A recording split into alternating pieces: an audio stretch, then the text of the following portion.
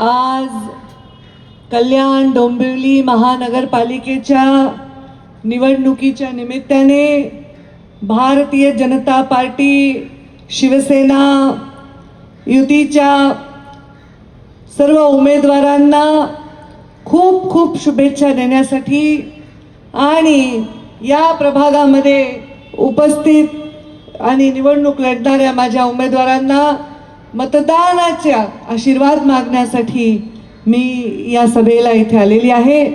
आपल्याला आत्ताच सभेला संबोधन ज्यांनी केलं ते आमचे बंधू माजी आमदार नरेंद्रजी पवार, ज्यांनी भटक्या विमुक्तांसाठी खूप कष्ट घेतले, खूप काम केलं. मुंडे साहेबांनी त्यावेळी त्यांना उपमहापौराची संधी दिली होती आणि नंतर कोर कमिटीतून आमदारकीचं तिकीट देण्याचं भाग्य आम्हाला मिळालं आणि 5 वर्ष मी त्यांचं काम बघितलेलं आहे. खूप चांगलं काम त्यांनी केलं.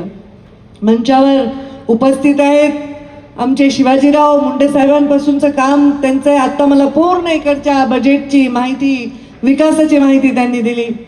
मंगेशजी गायकर, मंचावर उपस्थित प्रिया शर्मा, निखिल चव्हाण, अरविंद पोटे, प्रभाग 7 आणि 8 मधील उमेदवार हेमलता पवार, श्यामल गायकर, विजया पोटे, अमित धाकरस, संदीप गायकर, पराग तेली आणि मंचावर उपस्थित सर्व मान्यवर, या समोर उपस्थित सर्व वडीलधारी मंडळी दिसतात. काही टोपी घातलेले, काही जुने अगदी आमचे भारतीय जनता पार्टीचे अनुभवी कार्यकर्ते आणि माझे युवा बांधव आणि सर्वात महत्त्वाचं म्हणजे माझ्या लाडक्या माता आणि भगिनींनो आणि माझ्याही पेक्षा देवाभाऊंच्या लाडक्या बहिणींनो, आज तुमच्या कार्यक्रमामध्ये पूर्ण महाराष्ट्रभर मी प्रचार केला. तुमची जी उपस्थिती आहे ती लक्षणीय आहे. हे सरकार लाडक्या बहिणींनीच आणलेलं आहे आणि कल्याण डोंबिवली महानगरपालिका देखील लाडक्या बहिणींच्या आशीर्वादानेच येणार आहे. कल्याण डोंबिवली महानगरपालिकेमध्ये अजून एक आनंदाची गोष्ट म्हणजे आमच्याबरोबर भारतीय जनता पार्टी बरोबर शिवसेना रिपाई पण युती आहे आणि यामध्ये 21 नगरसेवक हे बिनविरोध निवडून आलेले आहेत. आता ही निवडणूक आम्ही जिंकल्यातच जमा आहे, ह्याच्याविषयी कोणाच्या मनात शंका आहे का? नाही. माझा निकाल एवढा स्पष्ट असताना आपण इकडे तिकडे मतदान काही करण्याची गरज नाही, हे समजण्याचा समजदारपणा कल्याण डोंबिवलीच्या मतदारांमध्ये आहे. मी आपल्याला विनंती करायला आले आहे कारण मी नेहमी विचार करते की मी प्रचाराला जात असताना काय बोलावं लोकांशी. हे काढा. मी प्रचाराला जात असताना मतदान काय म्हणून मागावं आणि दरवेळी मी हा निश्चय करते की जेव्हा मी मतदान मागेन मी जे बोलेन तशी वागेन आणि जे बोलेन ते करून दाखवू शकेन तरच मला मतदान मागायचा अधिकार आहे. मी जे पोटातून माझ्या ओठातून तुमच्या हृदयापर्यंत भिडेल तो प्रत्येक शब्द हा माझ्या संघटनेकडनं माझ्या सरकारकडनं होत असेल तरच मला तुम्हाला मतदान मागण्याचा अधिकार आहे. मी आता सभा पूर्ण राज्यभर घेतल्या. सभेचा एवढा लोड, मला या सभेची मागणी होती. नरेंद्र पवारांवर आमचं खूप प्रेम आहे म्हणून मला शेवटचा सभा इथे येऊन मी तुमच्या समोर नतमस्तक होऊन या सर्वांच्यासाठी मतांचा जोगवा मागतो.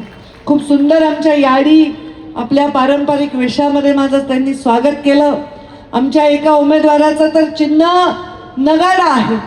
बंजारा समाजामध्ये नगाड्याला फार पवित्र स्थान आहे.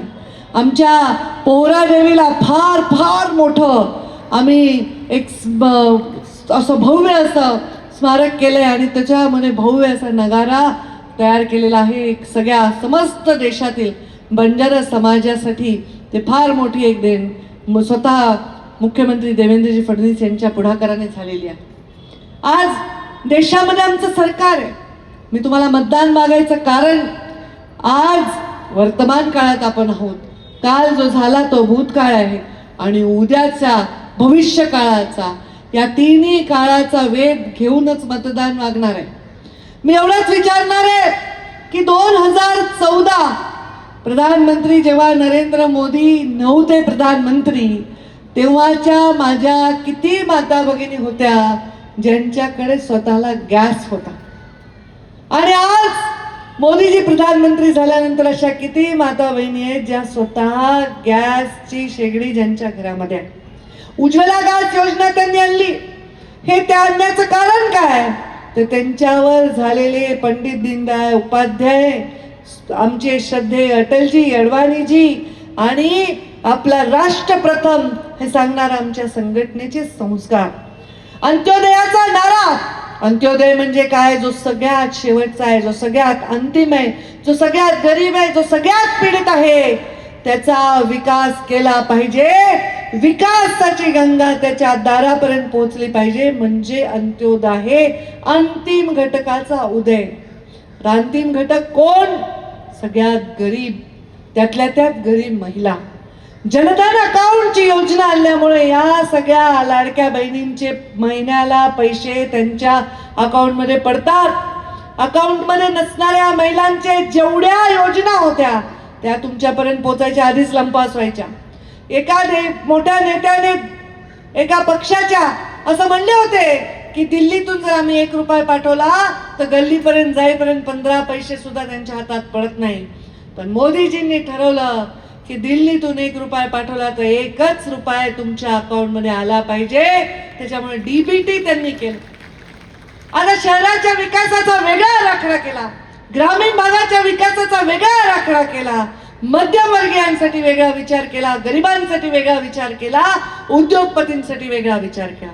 हे सगळं करत असताना आपल्या कल्याण डोंबिवलीचा विकास करताना क्लस्टरचा फार महत्वाकांक्षी प्रकल्प स्वतः मुख्यमंत्री देवेंद्रजी फडणवीस यांनी त्याच्यावर पूर्णपणे आपल्या सर्वांचा विश्वास संपादित केला आहे. हा क्लस्टरचा प्रकल्प पूर्ण करण्यासाठी आम्ही नरेंद्रजी पवार यांच्या आणि हे निवडून येणार ना तुम्ही सर्व, त्यांच्या मदतीने तुम्हाला हक्काचं तुमचं घर, फ्लॅट हे मिळवून देण्याच्या संदर्भामध्ये या क्लस्टरच्या माध्यमातून आपल्याला मदत होणार. प्रधानमंत्रींनी आता आवास योजना केली आहे. या आवास योजनेमध्ये प्रत्येकाला स्वतःचं हक्क घर पाहिजे. या देशामध्ये कोणी बेघर नाही पाहिजे, कोणी उपाशी नाही पाहिजे असा संकल्प आहे. आम्ही ग्रामीण भागामध्ये खूप प्रधानमंत्री आवास योजनेचे घर बांधले. या प्रधानमंत्री आवास योजनेमध्ये महिलेचं नाव प्रत्येक घरावर लागलंय. स्वतःच्या घराचा मालकीन बनण्याचं काम या महिलेला करण्याचा निर्णय घेतला. ते तर 3दा प्रधानमंत्री झाले, प्रचंड मोठं बहुमत घेऊन झाले. आमचे देवेंद्रजी फडणवीस देखील 3ऱ्यांदा मुख्यमंत्री झालेत. आमच्या समवेत युतीमध्ये शिंदे साहेब देखील आहेत. लाडकी बहीण, या दोघा लाडक्या भावांची ही लाडकी बहीण आहे आणि या बहिणीला तिचा सन्मान देण्याचं काम करण्याचा त्यांनी अत्यंत महत्त्वाचा निर्णय घेतलेला आहे. आणि म्हणूनच आमच्या सभांना एवढी मोठी संख्या तुमची आहे, एवढा मोठा प्रतिसाद आहे. प्रत्येक सभेत मी विचारते, तुम्ही पण माझं उत्तर द्या. मला सांगा बरं किती महिना मिळतो? कोण कोण लाडक्या बहिणीत? पहिले तर हातवर करा. अरे बापरे, भरपूरच लाडक्या बहिणी आहेत. स्वतःच्या भावाचे नाही बरं का, देवा भाऊच्या कोण आहेत. मग तुम्हाला किती महिना मिळतो? 1500. वर्षाला किती मिळतात? करा गणित पटकन. 18,000. या आडी बोलली बरोबर. 18,000. 18,000. आता मला तुम्ही सांगा बरं भावांनो, बहिणीकडे राखी बांधायला जाताना किती टाकता बहिणीच्या ताटात? सांगा. 500. थोडा जास्त पैसेवाला भाऊ असेल किती टाकल? तुम्ही सांगा बरं. 2,000 जास्तीत जास्त. तुम्ही लकी आहेत, 2,000 वाला आतापर्यंत नाही भेटलं मला एवढ्या सभेत. म्हणजे कुणी 200 टाकतं, कुणी 500 टाकतं, कोणी 1000 टाकतं. म्हणजे राखी पौर्णिमा आणि भाऊबीज मिळून 2,000 रुपये. कधी माहेरी गेलात तर तुम्हाला साडीवर देतात. आपल्याकडे लेकरवाळी असेल तर वर पैसे ठेवतात. किती ठेवतात? आपल्या आपल्या 101, 500, 200 आपल्या आपल्या परीने. म्हणजे ते 2,000 आणि हे 500, 2,500 रुपये आपल्या भावाकडनं किंवा माहेरकडनं आपल्याला वर्षाला येतात. आणि आमचा भाऊ देवाभाऊ किती देते?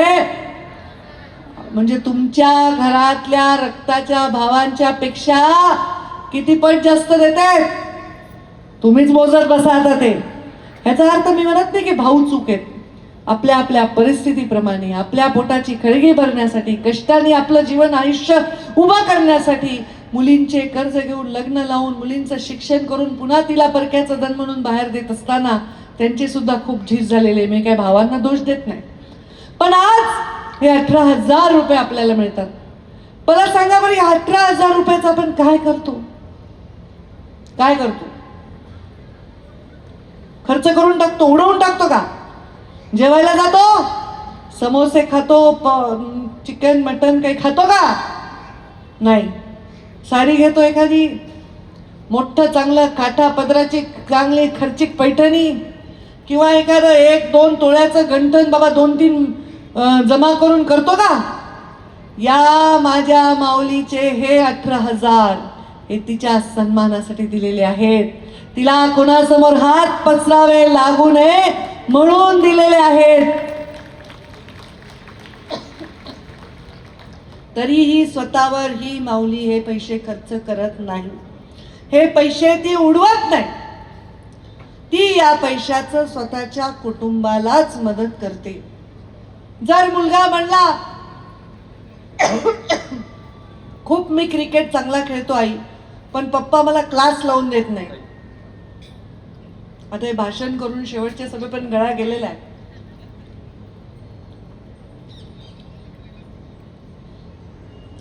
मुलाची हिरमुसलेला चेहरा आपण बघता. मुलीला कम्प्युटरचा क्लास लावायचा आहे, पण घरामध्ये पैसे नाही. नवराने हात वर केला, बाबा मी यावर्षी क्लासचे पैसे देऊ शकत नाही. तेव्हा तू तुमच्याकडे येते, मम्मी मला खूप क्लास लावायचा आहे. तेव्हा तुम्ही हे पैसे वापरता. घरामध्ये म्हातारी सासू खोकतीये, दर आठवड्याला 2 बाटल्या औषध लागते. महिन्याच्या अखेरीस नवऱ्याचा चेहरा पडला, यावेळीची बाटली कुठून आणायची? तुम्ही सांगता आणून ठेवली आहे मी, तुम्ही काही काळजी करू नका.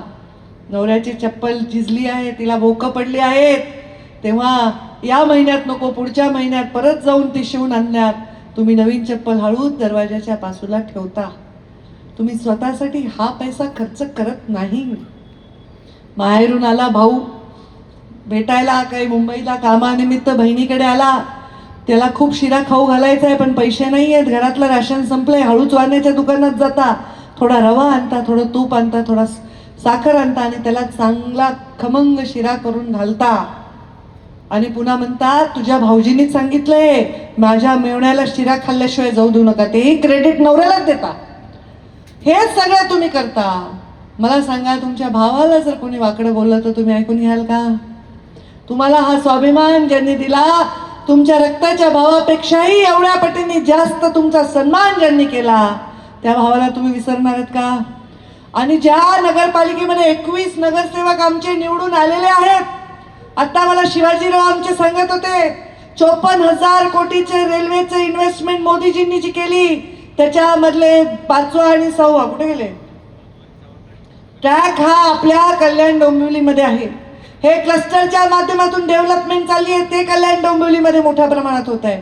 आपल्या मेट्रोचे महामार्ग, बरेच वर्ष मेट्रो हा बंद पडला होता मागच्या सरकारमध्ये, तो सुरू करून या कल्याण डोंबिवलीचा विकास हा आता स्पीडने करण्यासाठी मेट्रोच्या माध्यमातून होणार आहे. हे आपल्या आणि मोठा एक 6 पदरी हायवे सुद्धा आपल्या इथे केला. मग हे सगळे डोळ्यांनी आपल्याला दिसते, हे सगळं दिसते. भौतिक विकास दिसतोय, सामाजिक शक्ती दिलेली आहे, उज्ज्वला दिली, आयुष्यमान दिलं, प्रधानमंत्री किसान सन्मान दिलं, पाणी घर घर नल योजना दिली. हे सगळं करत असताना, उज्ज्वलासारखी योजना देत असताना, गरिबाच्या कल्याणाचा विचार ज्यांनी केला त्यांना आपण टाकून देणार नाही. ही नगरपालिका निवडून आलेलीच आहे. हे 5ही जण निवडून आले तर, सॉरी 5 नाही बाबांनो, 5 कमळ आणि धनुष्यमान आणि 6वा नगारा, बरोबर? हे निवडून आले तर तुम्हाला हक्काचा माणूस मिळणार आहे. हक्काचा माणूस भांडायला पाहिजे असतो. हे झालं नाही, ते झालं नाही, कुणाकडे जाणार तुम्ही? दिल्लीत सत्ता आमची आहे, राज्यात सत्ता आमची आहे, विकासाचा आतापर्यंत इतिहास घडवण्याचा रेकॉर्ड आमचा आहे. मग मताचं रेकॉर्ड तुमचं असणार आहे का नाही आमच्या पारड्यामध्ये? हा माझा साधा सवाल आहे. करणार आहेत का नाही तुम्ही आमच्या या सगळ्या उमेदवारांना मतदान? याच्यामध्ये नवीन आहेत, आमच्या पवार ताई पहिल्यांदा लढत आहेत. आणि बेटा इकडे तुझं नाव काय? श्यामल. चांगलं नाव माझ्या डोक्यात, म्हणलं हे वेगळं नाव आहे. हे पहिल्यांदा निवडणूक लढत आहेत. एक तरुण सगळ्यात लहान वयाचा मुलगा आणि इंजिनियर झालेला मुलगा हा आपल्या समोर उभा आहे, आपल्या सेवेसाठी राजकारणामध्ये चांगला पाऊल ठेवण्याचा प्रयत्न केला. हे तर बाकी दिग्गजच आहेत. हे ऑलरेडी 3rd टाईम आहे आमच्या ताईंची. त्यांनाही मागच्या वेळी मी निवडून आणण्यासाठी आले होते. त्यांनी सांगितलं ताई तुम्ही माझ्या सभेला आले आणि मी निवडून आलो, तर आता माझा मान तुम्ही ठेवणार का नाही? अजून कोण राहिलं? अमित मंडलाध्यक्षच उभे आहेत. यांना सुद्धा आपल्याला सगळ्यांना मोठ्या मताने निवडून द्यायचंय. देणार की नाही? का मी बोलते ते पटतंय म्हणून देणार ना? का उगीच आपलं या कानाने ऐकून या कानाने सोडणार? मी जे काम सांगितलं ते हे सूर्य आणि हे जयद्रथ असं काम सांगितलंय. आम्ही काहीही जे बोललंय थापा मारलेलं नाही. कामं केलेली जी आहेत त्या कामाचं भूमिपूजन केलंय, त्याच कामाचं लोकार्पण केलेलं आहे.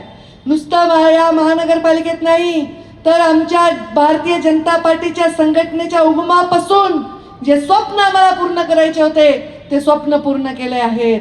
प्रभू श्रीरामाचं मंदिर मी एवढीशी असल्यापासून बघते. मंदिर होणार, मंदिर बनाएंगे, मंदिर बनाएंगे. बनवलं की नाही?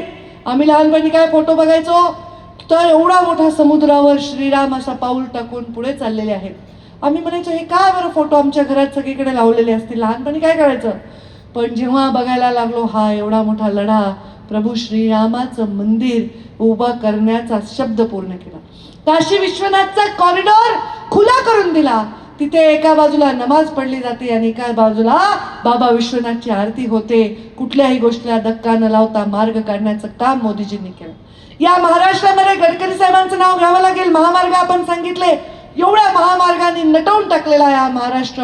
मुख्यमंत्री देवेंद्रजी फडणवीस यांनी मुंबईसारखा, आज मुंबईचं चित्र बघा, एक ब्रिज नव्हता मुंबईमध्ये आणि आता कोस्टल हायवे झालेले आहे, सीलिंग झालेला आहे, भुयारी मार्ग झाले आहेत, अटल सेतू झालेला आहे. काय आहे? मेट्रो चालू झालेली आहे. हे सर्व लक्षणे आहे, हे प्रगतीचं लक्ष, आपला देश पुढे नेण्याचं, आपलं राज्य पुढे नेण्याचं लक्ष. आणि ते करायचं असेल तर आपल्या महानगरपालिकेला पुढे नेल्याशिवाय आपलं राज्य पुढे झाल्याचं आपल्याला काय करणार आहे? आपल्या दारात विकास आल्याशिवाय आपल्याला काय करणार आहे? त्यासाठी आपल्याला द्यायचं. आमच्याकडे भेद नाही. प्रचार करून करून करणारे करतात. भारतीय जनता पार्टी, शिवसेना अमुक आहे, ते लोक धर्माचे जातीचे असे प्रचार करतील. पण मी तुम्हाला सांगते, इथे आमच्या आपा बसलेले आहेत, खूप मोठ्या संख्येने जातात, इकडे बसलेत आपा. त्या आपांना सुद्धा लाडकी बहीण आहे. आपा असेल नाही तर ताई, दादा असेल नाही तर भाई, कशातही आमच्यात फरक नाही. हा माझ्या मनाचा जो विचार आहे तो प्रत्येकाच्या मनामध्ये आहे. आहे की नाही? आहे का भेद? आहे का कुठे खोटेपणा? मग हे सगळं जर आम्ही आज करून दाखवत असू तर आपण आपल्या सर्वांनी हाताची वज्रमूठ करून आमच्या पाठीशी आपला पूर्णपणे समर्थन दिलं पाहिजे. देणार?